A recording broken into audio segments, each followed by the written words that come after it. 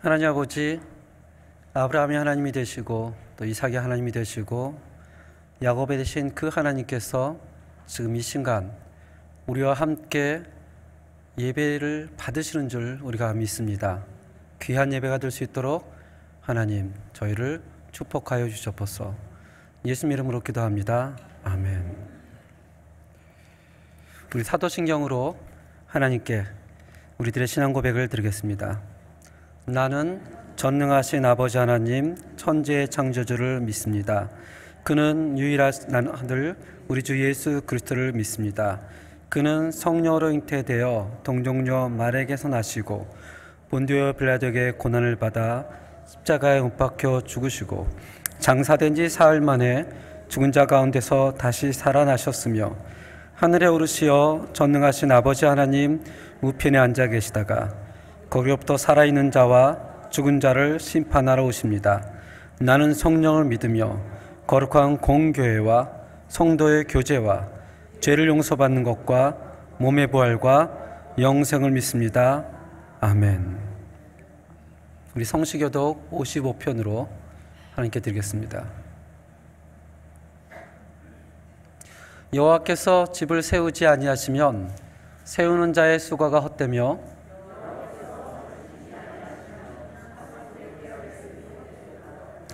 너희가 일찍 일어나고 늦게 누우며 수고의 떡을 먹음이 헛되도다.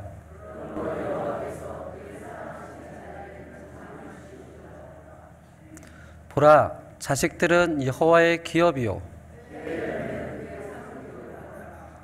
젊은 자의 자식은 장사의 수중의 화살 같으니 그들의 성문에서 그들의 원수와 담판할 때에 수치를 당하지 아니하리로다. 아멘. 우리 찬송가 251장으로 하나님께 영광을 드리겠습니다.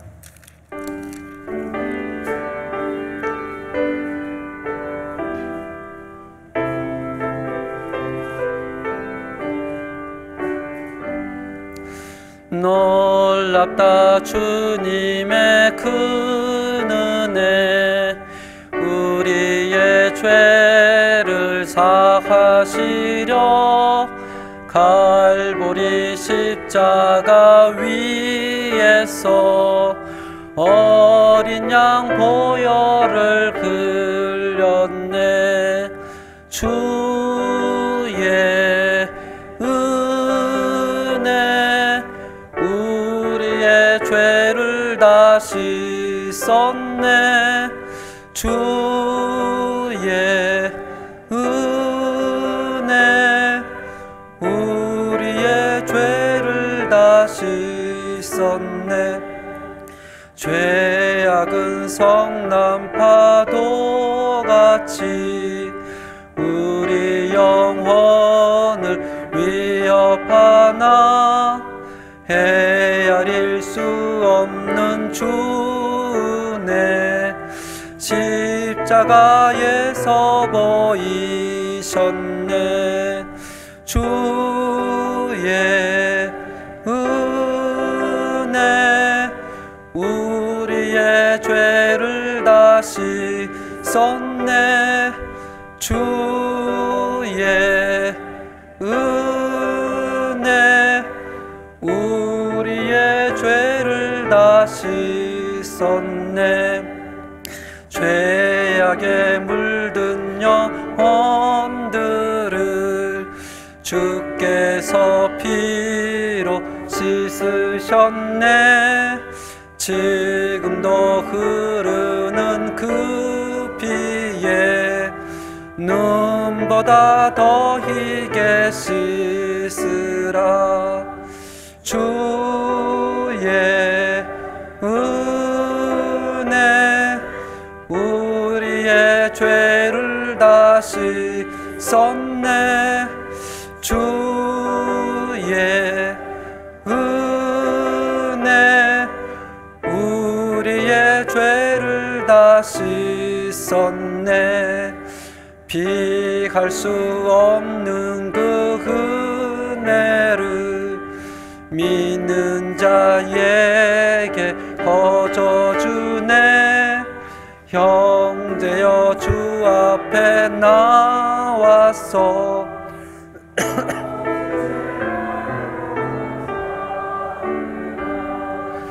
주의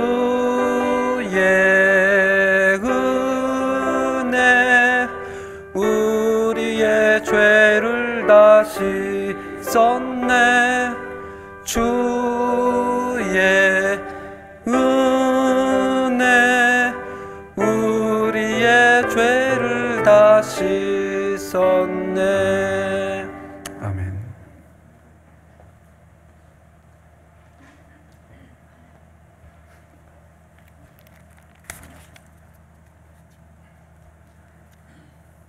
우리들의 생명의 근원이 되시며 영원한 생명이 되시는 하나님 아버지, 오늘도 살아계시고 영원히 우리와 함께 하시는 하나님 아버지를 찬양합니다. 날마다 주시는 은혜로 하루하루 감사함으로 살아가게 하시는 하나님 아버지, 또 새로운 달을 시작하며 거룩한 주님의 몸된 교회로 인도하여 주심에 감사를 드립니다. 기쁨으로 감사함으로 하나님 아버지께 영광 올려드리오니 이 예배 가운데 임하시어 소망하며 바라는 굳건한 믿음을 허락하여 주시옵소서. 자비하신 하나님 아버지, 우리들에게 주시는 크고 놀라우신 사랑을 너무나 쉽게 받아들이고 또 너무나 쉽게 잊고 살아갑니다. 바르지 못하였던 한 주간의 삶을 회개하오니 용서하여 주시고 앞으로의 삶 전부를 하나님 아버지께 의지하며 순종하는 삶이 되도록 하여 주시옵소서. 우리들의 참 소망이 되시는 하나님 아버지, 우리들의 삶이 하나님께 있음을 항상 새기며 살아가기를 원합니다. 삶의 전부가 하나님으로부터 시작되며 하나님께로 향하여 나가기를 소망합니다. 현재의 삶이 어둡고 힘들지만 하늘나라에 대한 소망을 의지하며 두려워하지 말고 앞으로 나아가는 삶이 되기를 소원합니다. 이를 위해 먼저 예배가 회복되기를 원합니다. 하나님 아버지의 무한하신 사랑에 힘입어 올해는 연합공동체가 새 출발하기를 소망합니다. 그러기 위해서는 먼저 예배가 회복되어야 합니다. 그동안에 힘들고 어려웠던 상환 심령들이 새로이 출발하는 연합공동체 안에서 한마음으로 엎드려 경배드릴 때 우리들의 마음과 영혼이 치유되게 하여 주시옵소서. 앞으로 다시 시작되는 모든 예배 가운데 성령의 역사가 일어나고 믿음이 회복되는 기적들이 일어나게 하여 주시옵소서. 또한 말씀을 읽으며 기도하는 연합의 공동체가 되기를 원합니다. 말씀은 우리들의 삶을 인도하는 등불이며 빛임을 믿습니다. 말씀과 묵상을 통해 하나님 알게 하시고 기도를 통해 생명의 길로 인도하여 주시옵소서. 매일 아침 함께 모여 날마다 말씀과 묵상을 그리고 기도로 하루를 시작하게 하여 주시고 우리들을 진실되고 정직한 삶의 자리, 매사에 성실하며 약속의 신실한 자리 되게 하여 주시옵소서. 배우고 가르치는 교회 연합교회 주일학교가 여름 특별 행사를 진행하고 있습니다. 지난 주일 영유아부가 그리고 2박 3일간 청년부가 수련회를 가졌습니다. 어려운 여건 속에서도 오랜만에 특별한 시간을 허락하여 주심에 감사를 드립니다.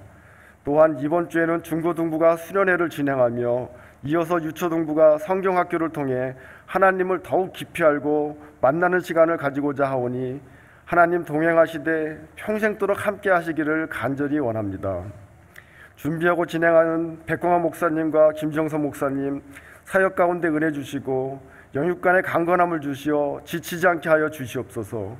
함께하는 선생님들과 참여하는 모든 아이들이 아프거나 다치지 않고 서로를 이해하며 사랑으로 하나 되는 큰 은혜를 주시옵소서. 우리들에게 힘이 되시는 하나님 아버지, 우리들을 하나님께로 가까이 갈 수 있도록 인도하여 주시는 우리들의 목자 박성준 목사님, 준비하시는 주님의 말씀 위에 또 목회 사역을 계획하며 기도하는 모든 것 위에 성도들의 삶을 돌보며 기도하는 그 마음 가운데 성령 하나님의 은혜와 능력을 주시사 영육간 강건함을 더하시어 충만한 은혜로 사역 감당하게 하여 주시옵소서. 함께 하시는 사모님과 떨어져 지내야 하는 두 자녀 위에 함께 하시사 잠깐의 만남 가운데 가족의 소중함을 알게 하시고 떨어져 있어도 두 아이들에게 하나님 항상 동행하시며 지켜주시기를 소원합니다.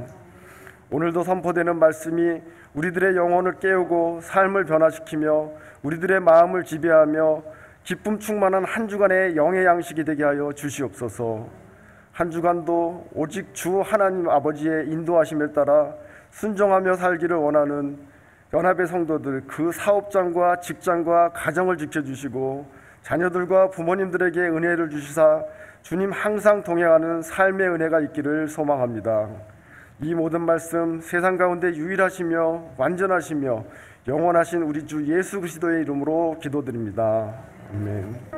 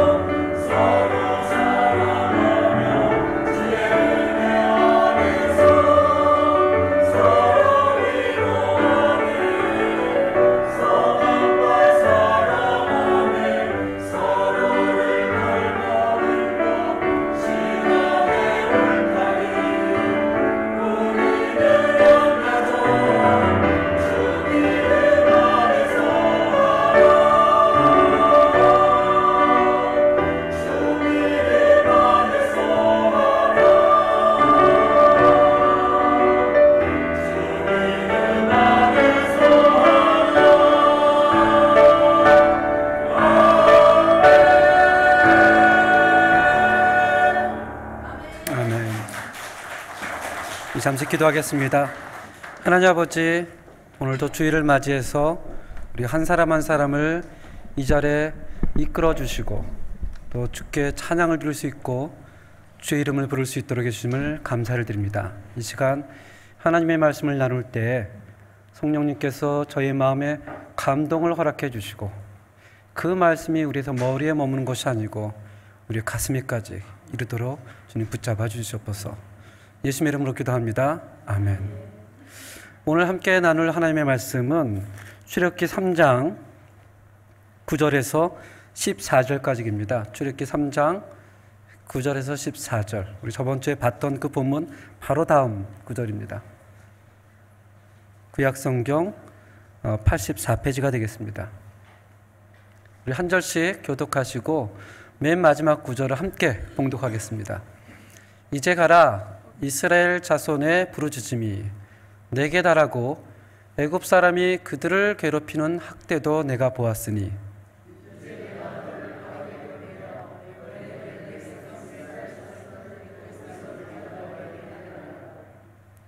모세가 하나님께 아뢰되 내가 누구이기에 바로에게 가며 이스라엘 자손을 애굽에서 인도하여 내리이까.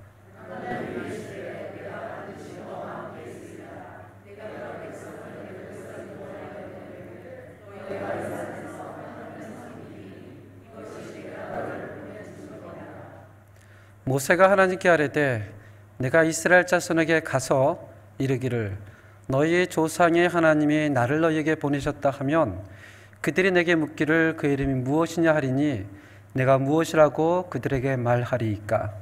하나님이 모세에게 이르시되 나는 스스로 있는 자니라. 또 이르시되 너는 이스라엘 자손에게 이같이 이르기를 스스로 있는 자가 너희를 너희에게 보내셨다 하라. 아멘. 오늘 설교 본문을 묵상하면서 제목을 나는 스스로 있는 자 이렇게 한번 제가 잡은 게 아니고요. 오늘 성경 3장 14절에 나와 있는 그대로 한번 잡아봤습니다. 그 선교사 시절 제가 3년마다 반드시 한국에 가야겠다라고 파송받을 때부터 스스로 다짐을 했습니다. 그래서 상황이 여의치 않아도 또 여러 가지 힘이 들어도 3년마다 한국을 방문하면서 제가 가는 몇 곳이 있습니다. 정해놓고 그 가운데 하나가 예전에 3년간 신학 공부를 했던 총신신대원 양지 캠퍼스에 가게 됩니다. 그 양지 캠퍼스에 가면 신학교가 정말 산꼭대기에 있어가지고요. 겨울이 되면 정말 한국 추운데 거긴 더 춥습니다. 발가락이 막 이렇게 오므라질 정도로 너무 춥습니다. 그래서 우리끼리는 얘기하기를 여기는 양지가 아니고 음지야 이런 농담을 주고받습니다. 그곳에 가면 교문은 없지만 교문 비슷한 가운데 이런 비석을 만날 수가 있습니다. 그래서 이것을 향해서 우리는 총신신대원 5대 교훈이라고 합니다. 맨 마지막에는 이렇게 있습니다. 목자가 되라. 처음에 이제 신대원을 들어갈 때 마음에 정말 열정도 넘치고 하나님이 어떠한 길을 나를 인도하실까라는 기대도 되고 누구든지 이 5대 교훈이 적혀있는 돌 위에 서면 이 글을 읽습니다. 첫 번째는 목자가 되라. 목자는 누리는 자가 아니라 섬기는 자다. 그럼 이제 마음속에 다짐을 합니다. 나는 목자가 되어야지. 바로 위는 전도자가 되라. 이 전도자가 되라는 말은 길에 나가서 전도하라 그런 얘기가 아니고요. 목자는 자기의 생각, 자기의 철학, 자기의 경험을 전하는 것이 아니라 하나님의 말씀의 도를 전하는 전도자가 되어야 된다 이렇게 얘기를 합니다. 그러면서 또 다짐을 합니다. 나는 전도자가 되어야 되지. 그 위로 가면 성자가 되라 이렇게 있습니다. 완전한 죄가 없는 성자가 되라는 이야기가 아니라 처음 하나님께 부르심을 받았을 때 의인이라 칭을 받은 그 자리에서 성도들 앞에 할 수 있으면 거룩한 삶을 살도록 목사는 더욱 힘을 써야 한다 그런 얘기입니다. 그러면 또 다짐을 하죠. 나는 거룩한 삶을 살아야 되겠다. 그러면 두 번째로 이렇게 됩니다. 목사는 학자가 되어야 된다. 목사는 아무리 바쁘고 아무리 힘들고 그래도 매일 성경을 보며 연구하며 학자가 되어야 된다. 그럼 또 다짐을 합니다. 근데 이 5대 교훈 가운데 가장 맨 마지막에 나오는 구절이 있습니다. 그 구절은 함께 읽어볼까요? 시작. 신자가 되라. 그때는 제가 어린 마음이었는지 그런 생각을 했습니다. 적어도 총신신대원은 한국에서도 세계에서 가장 큰 신대원이거든요. 거기에 들어가려면 정말 공부를 잘해야 됩니다. 각 교회에서 내노라 하는 청년들이 다 그곳에 가는 거예요. 그러면서 이 글을 보면서 아니 그렇게 열정이 있고 그런 소명감이 있고 헌신이 있는데 목자가 되고 전도자가 되고 성자가 되고 학자가 되는 건 맞지만 신자가 되란 말은 좀 그렇지 않나?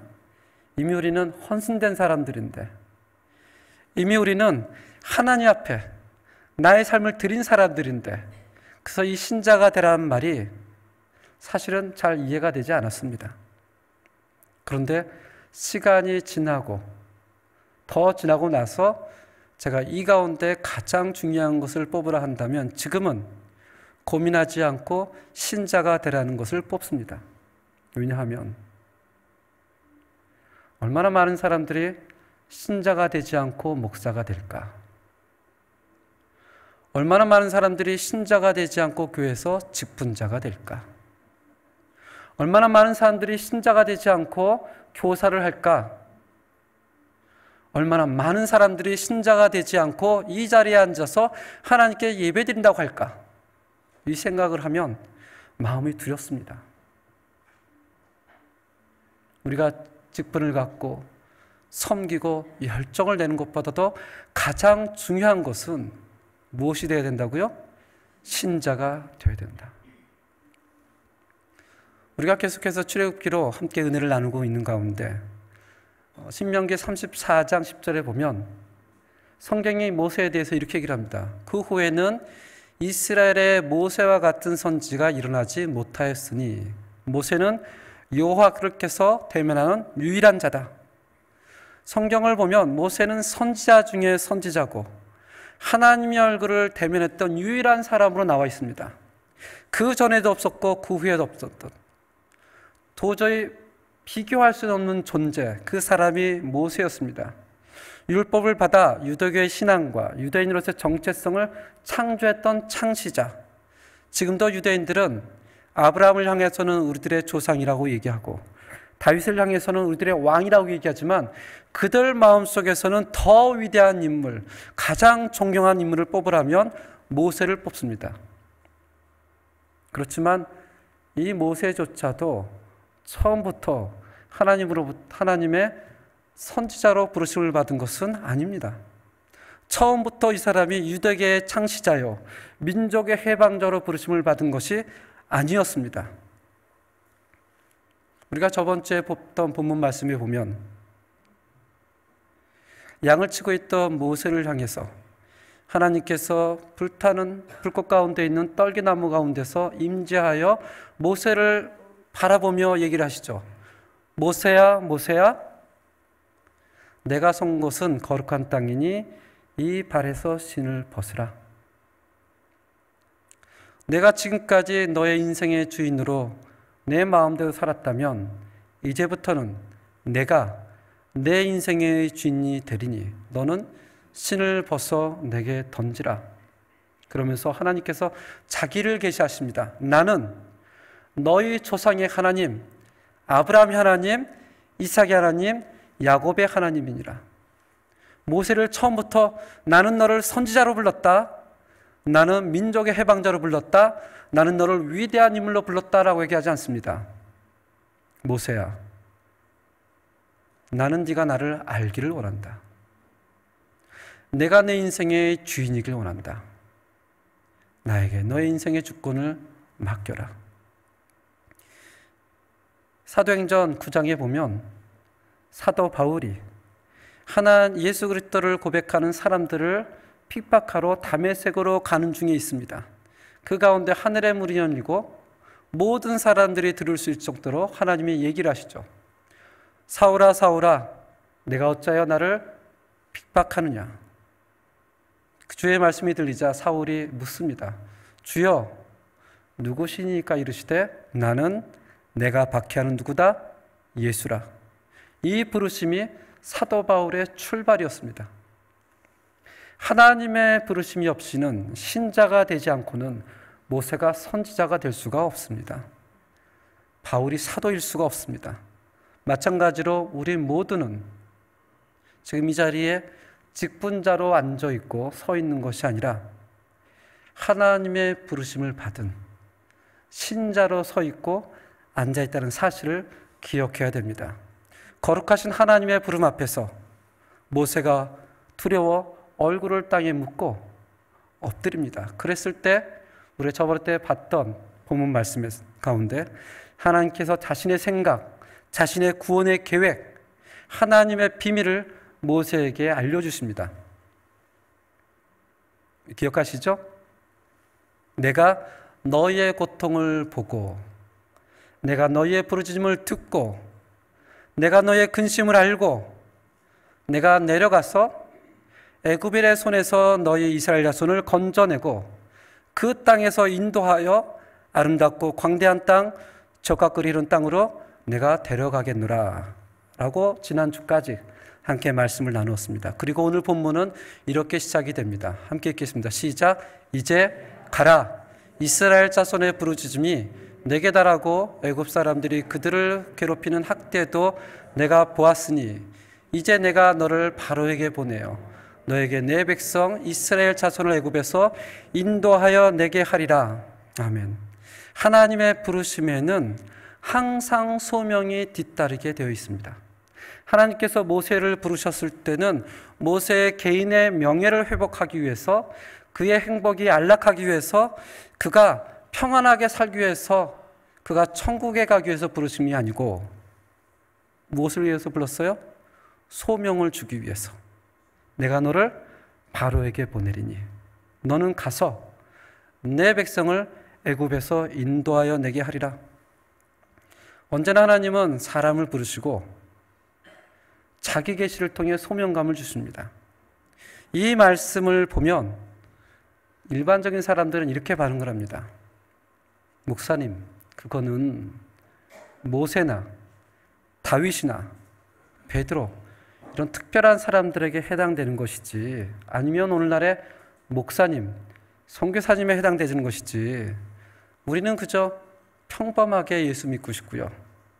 그냥 이 땅에서 건강하고 행복하며 교회에 나와서 때가 되면 예배드리고 그리고 때가 되어서 이 땅의 삶을 마감하면 천국에 들어가는 것으로 만족합니다. 그런 소명감을 얘기하면 가슴이 답답하고 너무 부담갑니다. 그거는 모세에게 했던 얘기 아닙니까? 이렇게 생각하시는 분들이 의외로 많습니다. 한인연합교회 성도님들은 그렇게 생각 안 하시리라 제가 소망하고 믿습니다. 1517년 10월 31일 마르틴 루터가 종교개혁을 일으키죠.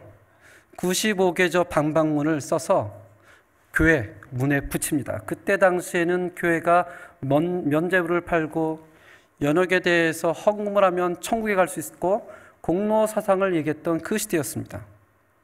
그 종교개혁 때 너무나 유명한 5가지 솔라 교리, 싱코 솔라가 나옵니다. 첫 번째는 오직 성경. 왜냐하면 지금이야 성경이 우리 문만 열고 나가면 서점에서 팔지만 그 당시에는 성경이요 라틴어로 쓰여 있었습니다. 라틴어는 성직자밖에 읽을 수가 없는 글이었습니다. 일반 사람들은 성경이 주어져도 읽지를 못했습니다.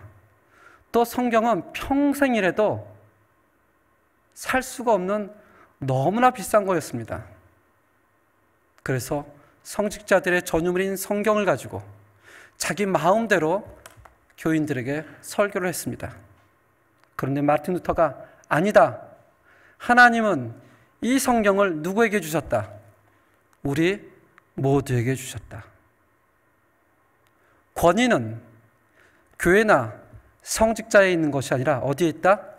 성경에 있다. 그래서 오직 성경을 처음으로 외칩니다. 두 번째는 오직 믿음, 그리고 오직 은혜. 구원은 우리들의 공로로, 우리들의 헌금으로 우리의 행위로 되는 것이 아니다. 하나님의 은혜로 예수를 그리스도라고 고백하는 믿음으로만 우리가 구원을 얻는 것이다. 그리고 네 번째는 뭐라고 그러죠? 오직 그리스도. 그 당시에는 하나님과의 관계를 맺으려면 반드시 거쳐야 될 한 단계가 있습니다. 그게 누구냐면 성직자였습니다. 누구든지 하나님 앞에 나갈 수 있는 상황이 아니었습니다. 오직 성직자를 통해서만 하나님을 만나볼 수 있는 그 시대 때 마르틴 루터가 외치죠. 아니다. 누구든지 그리스도를 통해서 하나님 앞에 자유롭게 나갈 수 있다. 우리 베드로전서 2장 9절을 찾아보겠습니다. 베드로전서 2장 9절, 신약성경 379페이지입니다. 베드로전서 2장 9절, 신약성경 379페이지 상반절에 보면, 신약성경 379페이지 베드로전서 2장 9절 상반절에 보시면 베드로가 교회에 이렇게 얘기를 합니다. 함께 읽겠습니다. 시작.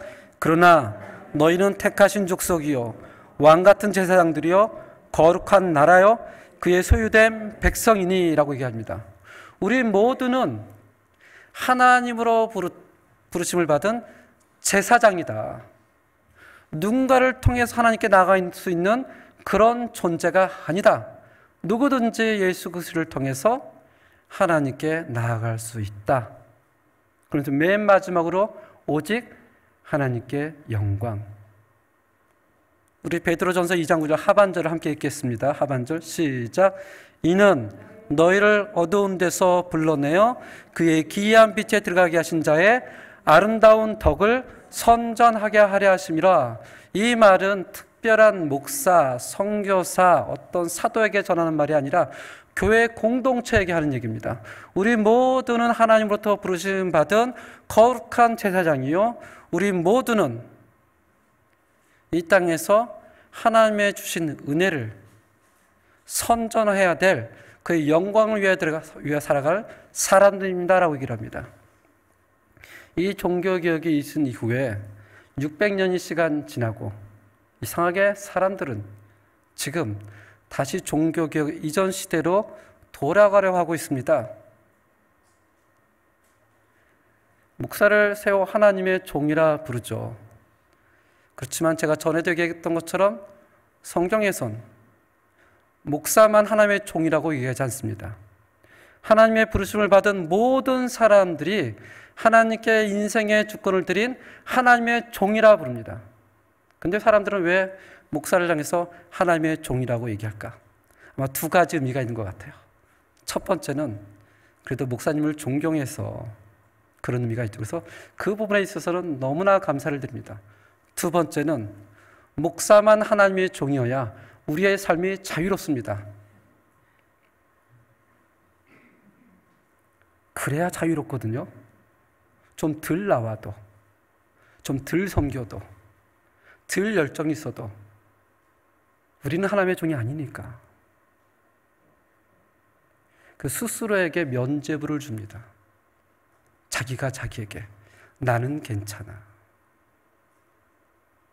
성경은 모든 사람은 부르심을 받은 거룩한 제사장이라고 하는데, 그래서 종교개혁이 일어났는데 우리는 스스로 다시 그 뒤로 돌아가면서 우리는 하나님의 종이 아니야. 우리에겐 소명이 없어. 모든 사람에게 성경이 줬다고 하는데 얼마나 많은 사람들이 일주일에 한 번도 성경을 읽지 않습니다. 그저 목사님이 열심히 성경 보고 묵상해서 요리를 잘해가지고 그거 먹으면 되지. 다시 종교시대로 15세기로 돌아가고 있는 상황입니다. 부르심과 소명은 우리의 것이 아니야. 하나님의 영광을 위해 사는 것은 우리는 아니야. 우리 그냥 이대로 살면 좋아. 스스로 위로하며 피동적이고 수동적인 존재로 자기 자신을 격화시킵니다. 그런데 우리에게 위로가 되는 것은 우리만 그렇게 생각하는 건 아니라는 사실입니다. 하나님으로부터 부르심을 받고 소명을 받았던 모세도 그렇게 생각했습니다. 한번 11절을 함께 보겠습니다. 11절 함께 읽겠습니다. 출애굽기 3장 11절 시작. 모세가 하나님께 아뢰되 내가 누구이기에 바로에게 가며 이스라엘 자손을 애굽에서 인도하여 내리까? 하나님 향한 모세의 첫 번째 질문입니다. 내가 누구기에? 이 말은 이 뜻이 섞여 있습니다. 하나님, 제가 하나님이 우리 조상의 하나님, 아브라함의 하나님, 이삭의 하나님, 야곱의 하나님인 걸 제가 잘 알고 있습니다. 그런데 저는 하나뿐인 아들 이삭을 드렸던 그 믿음의 조상 아브라함이 아니에요. 저는 죽기까지 순종했던 이삭이 아닙니다, 하나님. 저는 분이엘에서 밤새 하나님의 천사와 싸워 이겨 내가 축복하지 않으면 가게 두지 않겠다라고 외쳤던 그 야곱이 아닙니다, 하나님. 내가 누구이기에? 저는 그런 믿음이 없어요, 하나님. 저는 특별하지도 않아요. 하나님 아시지 않습니까? 저는 광야에서 양을 치는 목자일 따름입니다. 제게 양을 치는 것도 너무나 벅찬 일입니다. 제 나이가 몇 살인 줄 아세요, 하나님? 80입니다. 80. 그런 제가 어떻게 바로에게 갈 수 있으며, 그런 제가 애굽에서 이스라엘을 인도하라고요? 그런 말씀 하시지 마세요, 하나님. 내가 누구이기에? 너무 저에게 부담이 갑니다. 저는 나그네입니다, 하나님. 하나님의 부르심과 소명 앞에서 모세가 항변하는 거예요. 저는 그런 사람이 아닙니다. 저는 그런 소명을 받을 만한 특별한 사람이 아닙니다. 저에겐 그런 믿음이 없어요, 하나님. 저는 그저 양치는 나그네입니다. 내가 누구이기에 내가 바로에게 가며 내가 누구이기에 이스라엘 백성을 애굽에서 인도하겠습니까? 라는 모세의 항변에 하나님이 12절에 이렇게 대답을 하십니다. 함께 12절을 읽겠습니다. 시작. 하나님이 이르시되 내가 반드시 너와 함께 있으리라. 내가 내 백성을 애굽에서 인도하여 낸 후에 너희가 이 산에서 하나님을 섬기리니 이것이 내가 너를 보낸 증거니라. 내가 누굽니까? 나는 특별한 사람이 아닙니다.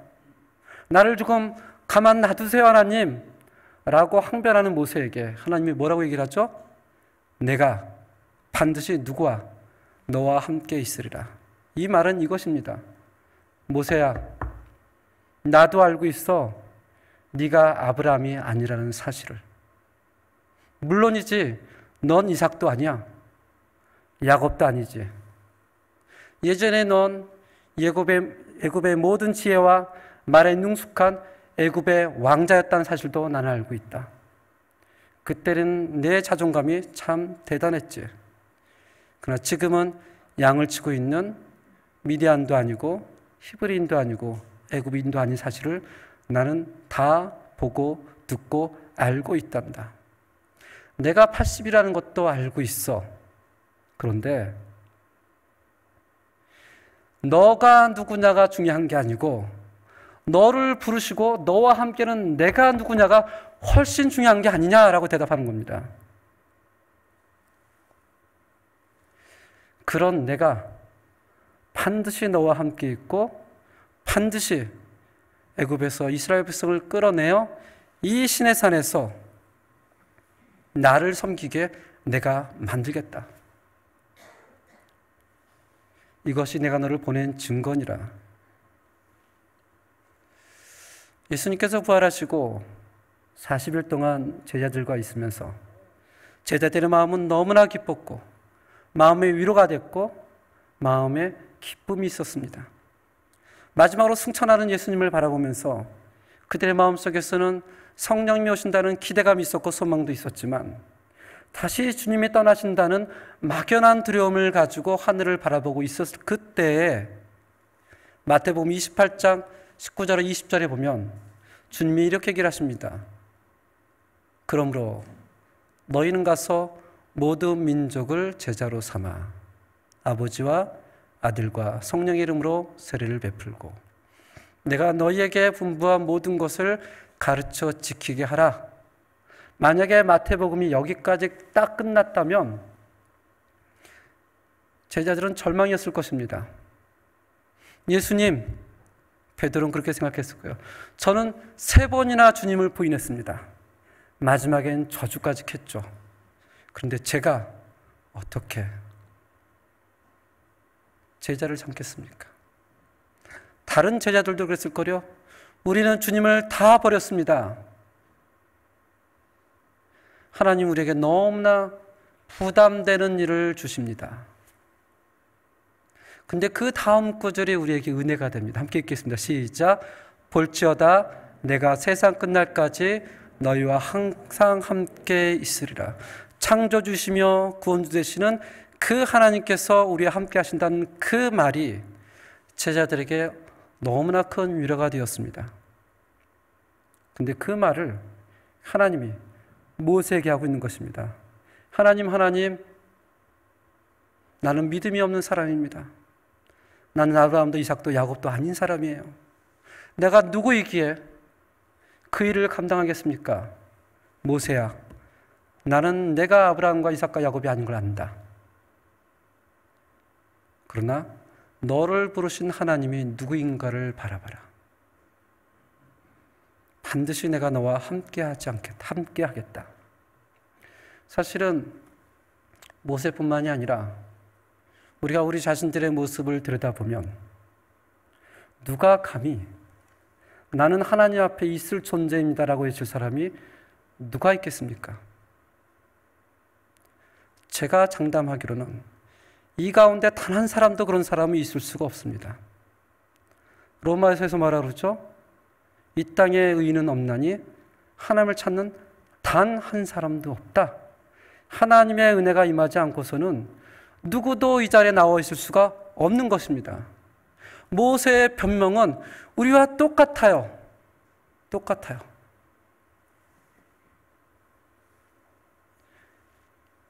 그리고 여기서 모세가 두 번째 질문을 하나님께 던집니다. 13절 함께 읽겠습니다. 13절 시작. 모세가 하나님께 아뢰되 내가 이스라엘 자손에게 가서 이르기를 너희 조상의 하나님이 나를 너희에게 보내셨다 하면 그들이 내게 묻기를 그 이름이 무엇이냐 하리니 내가 무엇이라고 그들에게 말하리이까. 이제 모세의 심정에 약간의 변화가 있었습니다. 하나님, 가긴 가겠는데 내가 가면 그들이 나에게 이렇게 질문할 것입니다. 우리의 조상의 하나님이 너를 보냈다는 것은 알겠지만 그 하나님의 이름이 무엇이냐라고 묻는다면 나는 뭐라고 대답하겠습니까? 당신은 누구입니까? 라고 묻는 것입니다. 이 질문에 성경 66권 가운데 가장 이해하기 힘들고 가장 애매하지만 가장 유명한 구절이 나옵니다. 14절 함께 읽겠습니다. 시작. 하나님이 모세에게 이르시되 나는 스스로 있는 자이니라. 또 이르시되 너는 이스라엘 자손에게 이같이 이르기를 스스로 있는 자가 나를 너희에게 보내셨다 하라. 나는 스스로 있는 자, yo soy el que soy. 사실 이 말을 한국말로 번역해도 번역이 안 됩니다. 스페인어로 번역해도 번역이 안 됩니다. 그럼 히브리어로도 번역이 안 됩니다. 이걸 굳이 좀 정확하게 쓴다면 이겁니다. 나는 예전에도 존재했고, 나는 지금도 존재하고, 나는 앞으로도 존재하는 스스로 있는 자이니라. 이 말을 길거를 짧게 씁니다. 모세가 지금 하나님께 하나님의 신원을 몰라서 묻는 게 아닙니다. 모세도 알고 있습니다. 당신은 우리 조상의 하나님, 아브라함의 하나님, 이삭의 하나님, 야곱의 하나님인 걸 내가 압니다. 그러나 내가 당신의 부르심을 받아서 애굽에 간다면 당신이 무엇을 할 수 있겠습니까? 라고 질문하는 거예요.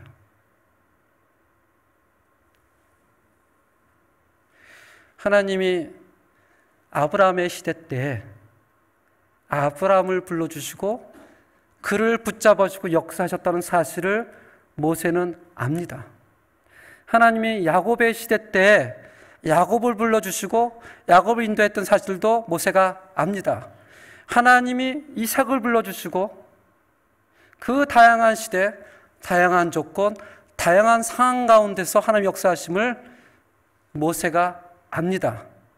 그렇지만 모세의 질문은 이겁니다. 뭐냐면 하나님께서 과거에 아브라함과 이삭과 야곱의 여러 시대에 역사하셨다는 것을 제가 압니다. 그런데 하나님, 지금은 상황이 다릅니다. 지금 상황은 그때하고는 너무 다릅니다. 하나님, 그때하고 같지 않아요. 지금은요, 애굽이 세계에서 가장 강한 강대국의 하나님, 그들은 수많은 군사력을 보유하고 있고 역사상 단 한 번도 패한 적이 없는 그런 나라입니다. 하나님, 아무도 물리척이 없는 수많은 신들이 존재하여 그들을 보호하고 계십니다. 심지어 바로는 태양의 아들입니다. 하나님, 이렇게 강하고 무자비한 나라 가운데 우리가 400년 동안 노예로 살고 있는 것입니다. 하나님이 역사했던 그 아브라함의 시대, 이삭의 시대, 야곱의 시대와는 하나님 너무나 다 달라요. 당신은 너무나 모르시는 것 같습니다. 라고 질문을 하는 겁니다. 당신이 지금 무엇을 할 수 있겠습니까? 이런 질문은 사실 우리들의 질문과 같습니다. 우리들도 성경을 보고 묵상하고 늘 이런 생각을 합니다. 아무리 목사님이 얘기해도 성경의 시대와 지금은 다릅니다. 그때는 하나님의 얘기가 흔했고 이스라엘에는 종교 민족이 있었지만 지금은 21세기를 살아가는 다른 시대입니다. 목사님, 그냥 문화도 다르고 시대도 다르고 상황도 다르니 또 여긴 칠레예요. 그냥 좋은 말씀 듣고 힘든 건 흘리고 그렇게 살아가겠습니다. 모세의 항변하고 똑같습니다. 하나님, 지금은 아브라함 시대가 아니에요. 하나님, 지금 이삭의 시대가 아니에요. 야곱의 시대가 아닙니다. 지금은 너무나 어려운 시대를 맞이하고 있어요. 당신은 무엇을 할 수 있습니까? 이 질문에 하나님 뭐라고 대답하죠? 나는 스스로 있는 자다. 무슨 말이에요? 나는 아브라함 시대 때에도 있었고, 나는 이삭의 시대 때도 있었고, 나는 야곱의 시대 때도 있었고, 지금도 동일하게 모든 시대와 조건과 상황을 초월하는 나는 그런 존재다. 그리고 앞으로도 있을 존재다. 하나님의 대답은 개념적인 존재가 아니라 추상적인 존재가 아니라 언제나 동일하게 행동하시는 존재라는 사실을 모세에게 전하고 있는 거예요. 모세의 질문은 두 가지였죠. 하나님, 나는 아브라함이 아니에요. 난 이삭이 아닙니다. 하나님, 지금은 그때와 달라요. 하나님이 아브라함 때, 이삭 때, 야곱 때 대단한 줄 모르지만 지금은 힘든 시대를 살아가고 있습니다. 그 대답에 나는 스스로 있는 존재다. 나는 모든 시대와 상황과 조건을 초월하는 그런 존재다. 그런 존재인 내가 누구와 함께 하겠다? 너와 함께 하겠다. 그런 존재인 내가 이스라엘 백성을 애굽에서 이끌어내어 반드시 시내산에서 나를 섬기게 할 것이다. 여호와 이레라는 단어를 아시죠? 여호와 이레는 아브라함이 이삭을 데리고 산에 올라가서 제사를 드리려고 할 때 칼을 들어 찌려고 했더니 한쪽에서 양이 발견합니다. 그래서 얘기를 하죠. 여호와 이레, 누가 준비했다? 하나님이 준비했다. 이 여호와 이레를 모르는 사람은 단 한 명도 없습니다. 저도 목사이니 또 얼마나 잘 알겠어요. 그러나 이 개념적인 생각, 이 추상적인 생각하고 실제로 경험해서 하는 생각은 전혀 다릅니다. 전혀 다릅니다. 한 18년, 20년 전에 한국에서 공부할 때입니다. 제가 지금 얘기하는 것은 어쩌면 굉장히 조심스럽게 대할 얘기인데, 제가 어떤 신비주의나 또는 환상을 바라고 강조하는 그런 사람은 아닙니다.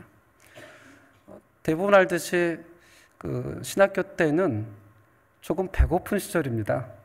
배고픈 시절이에요. 87년에 아르헨티나에 왔다가 2001년도에 한국을 처음 가서 생활하기가 굉장히 쉽지가 않았습니다. 만만하지가 않았습니다. 한국에 가서 고깃값에 놀랬지만 그래도 크게 놀라진 않았습니다. 마음의 준비가 있었거든요. 한국은 비싸다, 비싸다, 비싸다. 근데 진짜 놀라는 것은 과일값에 놀랐습니다. 한국 사람들이 모여서 그 오렌지를 먹으면 6명이 모여서 귤 하나를 나눠 먹습니다. 그것이 저에게 문화적인 충격이었습니다. 어떻게 그 조그만 귤을 가지고 6명이 나눠 먹을까? 사과를 가지고 6명이 나눠 먹습니다. 아유, 저 사과에 누구 코를 붙이나? 그러나 슈퍼마켓을 가고 깨달기 시작했습니다. 너무 비싼 거예요. 너무 비싼 거예요. 한국에 생활하면서 과일이 너무 먹고 싶은데 제가 받는 사회비로는 감당이 되질 않습니다. 그래서 저희 처랑 둘이서 이제 집 근처에 있는 홈플러스에 갑니다. 그러면 늘 눈으로만 먹습니다. 배를 바라보면서 맛있겠지. 맛있을 거야. 사과를 바라보면서 맛있겠지. 이제 그러면서 이제 정말 필수 생활품만 가지고 이제 짱깃들을 들고 나옵니다. 어느 날 저희 처가 그런 얘기를 하는 거예요. 사과가 너무 먹고 싶대요. 그때 당시 사과는 뭐 10,000원이 넘었거든요. 큰 사과. 제가 속으로만 그때 얘기했습니다. 겉으로는 감히 얘기할 수가 없었어요. 속으로 이렇게 얘기했습니다. 아, 우리 처 왜 이렇게 철이 없지? 그때는 감히 얘기할 수가 없었습니다. 근데 참 신기하죠. 그렇게 생각하는 순간 정말로 사과 하나가 저희들 발밑으로 또르르 굴러왔습니다. 혹시 제가 거짓말했다고 설마 생각하시는 것은 아니겠죠? 정말로 이만한 사과가 굴러왔습니다. 모르겠습니다. 지나가다가 어떤 사람들이 젊은 사람들이 너무나 옷차림도 남루하고 사과 먹고 싶다는 그 말에 사과를 굴려줬는지는 모르겠습니다. 저희가 그 사과를 들고 주위를 살펴봤는데 사실은 아무도 없었습니다. 고민을 했습니다. 가서 먹어도 되나? 집에 가서 정말 맛있게 먹었습니다. 그리고 나서 마음속에 확신이 드는 것이요. 여호와 이래. 하나님은 언제나 준비를 하신다. 저만 이런 경험이 있겠습니까? 아마 여기 앉아 계시는 우리 권사님, 장로님, 연세 드신 분들은 이런 얘기를 하라고 하면 밤새도록 할 것입니다. 하나님께서 모세에게 그런 얘기를 하는 거예요. 모세야, 너는 너의 생각으로 그때와 지금은 다르다, 상황이 다르다라고 얘기하지만 나는 상황과 시대와 조건을 초월하는 언제나 동일하게 존재하는 여호와 하나님이다. 신약에 보면 요한복음 8장 53절에 유대인들, 바리새인들이 모여서 예수님께 질문하는 장면이 있습니다. 사람들은 당신을 선지자라고 하는데 너는 너를 누구라 하느냐라는 질문이 있습니다. 이 질문에 예수님이 대답을 하는데요. 굉장한 유명한 말을 하십니다. 이 말은 한국말로 보는 것보다는 스페인어로 봐야 마음속에 확 닿습니다.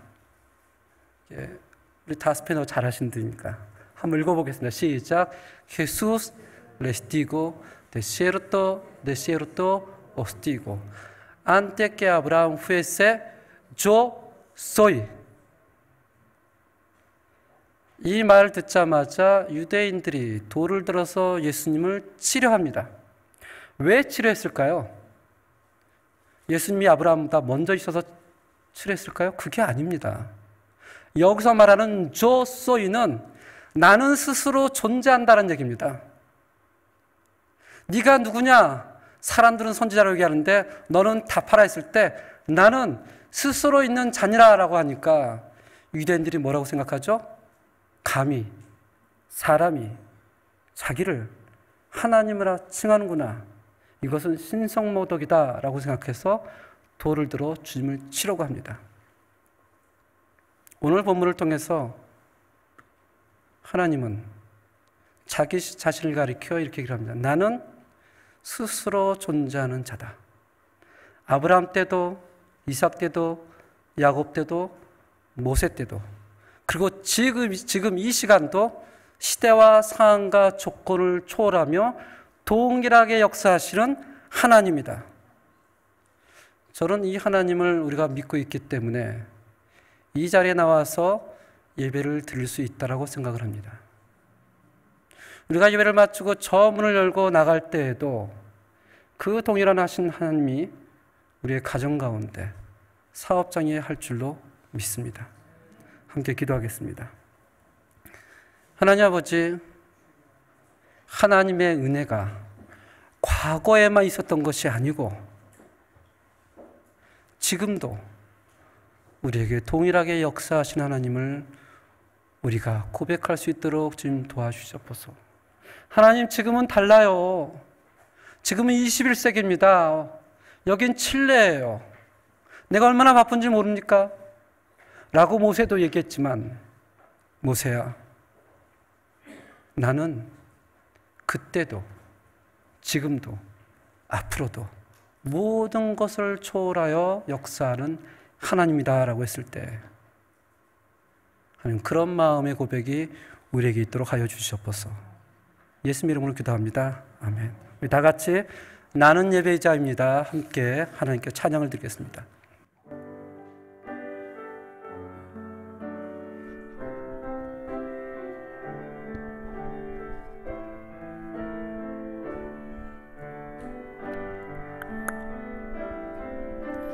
나는 하나님을 예배하는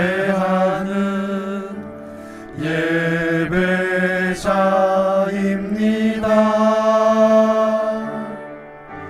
내가 서 있는 곳 어디서나 하나님을 예배합니다. 내 영혼 거룩한 은혜를 향하여 내 마음 완전한 하나님 향하여 이곳에서 바로 이 시간 하나님을 예배합니다.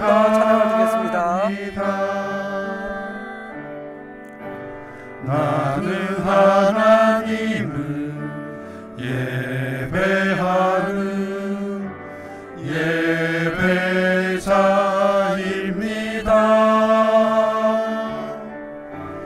내가 서 있는 곳 어디서나 하나님을 예배합니다. 내 영혼 거룩한 은혜를 향하여 내 마음 완전한 하나님 향하여 이곳에서 바로 이 시간 하나님을 예배합니다.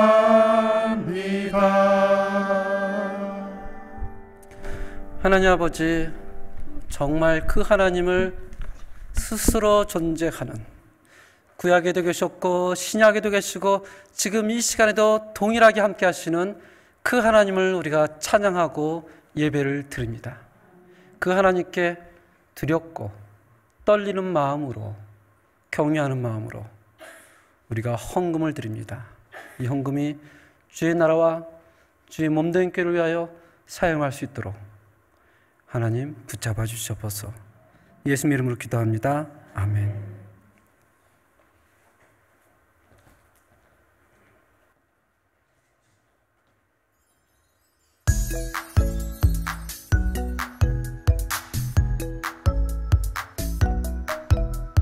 주의 하나님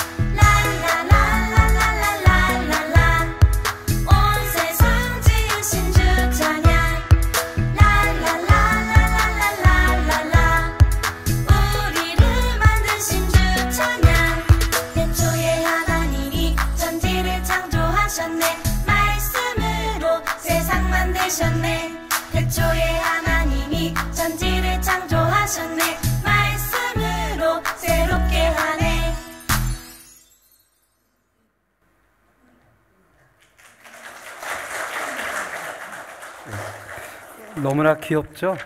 우리 성도님들의 기도와 또 사랑으로 저희 자녀들이 무럭무럭 성장하고 있습니다. 오늘 교회 소식을 전하겠습니다. 매일 저녁 9시에 여기 주보에 나와 있는 합심 기도 제목을 가지고 기도할 수 있기를 바랍니다. 그리고 매주 화요일부터 토요일까지 7시 30분에 소예배실에서 은혜를 나누는 아침 기도회가 있습니다. 그리고 오늘 11시 예배 후에 유초등부실에서 유초등부 학부모 간담회로 모입니다. 모든 유초등부 학부모님들은 할 수 있으면 빠지지 마시고 모두 참석해 주시길 바랍니다. 지난 주일과 주중에 영유아부 성경학교와 성년부 수련회가 하나님의 은혜 가운데 마쳤습니다. 제가 이번에 굉장히 감동을 받았습니다. 사실 가깝지 않은 길인데 또 한 번이 아니고 우리 장로님들께서 매번 가셔서 청년들 또 학생들에게 고기를 구워주신다는 소식을 듣고 또 보고 어떤 분들은 당연하다, 장로가 그래야 되지 않아? 라고 생각할지 모르겠지만 당연한 거 아닙니다. 당연한 거 아닙니다. 감사한 겁니다. 감사한 겁니다. 이런 일들이 또 다른 분들에게는 거룩한 부담감이 되었으면 좋겠습니다. 교회학교 여름 행사가 있습니다. 오는 2월 9일에서 11일까지 중고등부 행사가 있고요. 2월 17일, 18일에 유초등부 성경학교가 있습니다. 계속해서 거룩한 부담감으로 우리 학생부와 또 유초등부를 위해서 기도해 주시고 또 인사도 해 주시고 위로도 해 주시고 격려해 주시기를 바랍니다. 그리고 오늘 아르헨티나에서 저번 주 월요일 날 저희 아들 조수아하고 딸 안젤라가 왔습니다. 우리 잠깐 뒤에 일어나 보시면 얘들아 일어나. 네.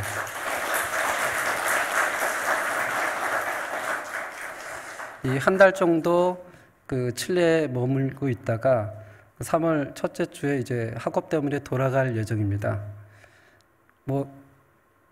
굳이 소개하지 않아도 이게 보면 아들은 저랑 똑같이 생겼고요. 물론 저보다 훨씬 낫습니다. 딸은 엄마랑 똑같이 생겼습니다. 보시면 저희 애들이 저 닮아서 숫기가 없고 부끄러움이 많습니다. 그러니 좀 인사를 해주시면 조금 더 교회에 대해서 또 우리 성도님들에 대해서 더욱 사랑과 애착을 가질 수 있을 것 같습니다. 다 같이 일어나서 찬송가 357장으로 하나님께 영광을 드리겠습니다.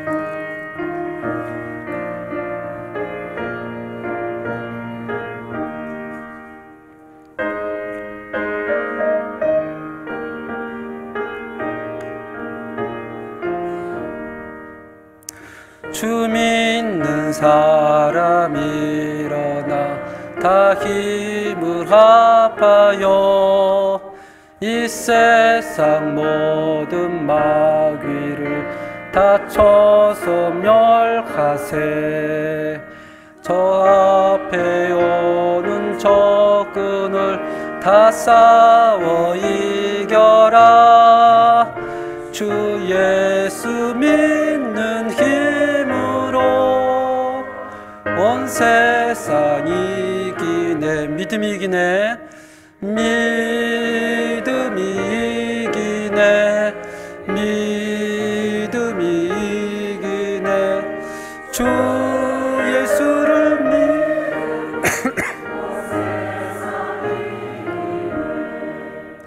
온 인류 마귀 궤길로 큰 죄에 빠지니 진리로 띠를 띠고서 늘 기도 드리세.